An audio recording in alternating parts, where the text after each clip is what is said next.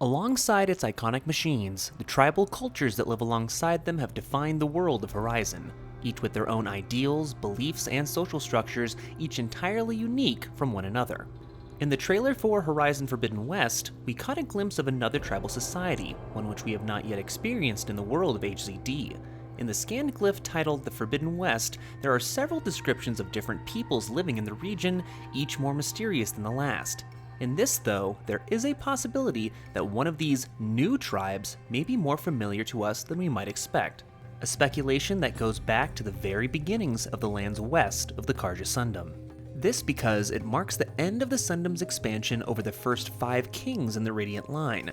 His Radiant Zavarad had brought the tribe's influence all the way to the great lake known as the Daybrink, and his successor wished to take the Carja even further into the unknown.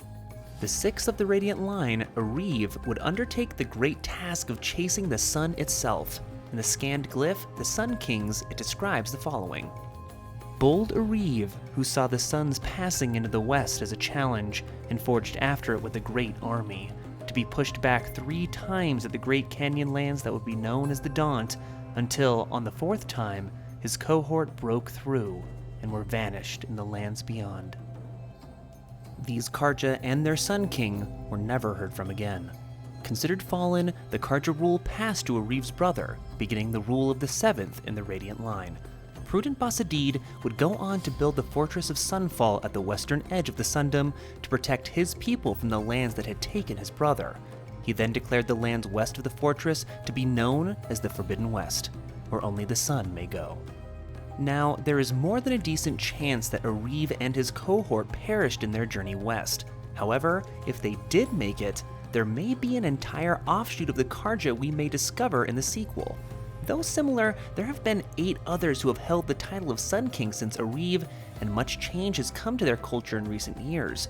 Who knows what a coastal Carja civilization would look like, one whose descendants may have merged with other tribal societies, forming entirely different cultural norms and customs.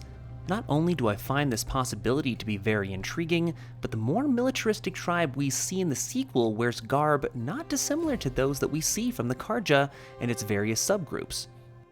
This headdress, for example, struck me as very similar to what we have seen Carja hunters and kestrels adorn themselves in Horizon Zero Dawn. Their masked faces to me invoke a very Eclipse cultist parallel that we know all too well. Perhaps Sylan's previous experience with manipulating the Carja would make a similar tribe the perfect candidate to once again execute his overarching vision and plan. This could even further support the likes of Sunhawk Talana specifically joining Aloy in her journey west, as a native of Meridian would be an invaluable resource in dealing with a subsect of her culture. Of course, with the very little that we've been shown, this is only a speculation. However, if there is a tribe out there in the West that holds the same reverence for the sun as those in Meridian, I'd say chances are good that they are descendants of Sun King Areve and his lost Carja. And that brings our chronicle to a close. If you'd like to see more content like this, likes and shares are always appreciated, and if you really like what we're doing here at the channel, come join our community, hit subscribe, and ring that bell. Also consider supporting the channel on Patreon, as it helps us create more quality content just like this. Check out the link in the description. And as always, thanks for watching, and keep questing.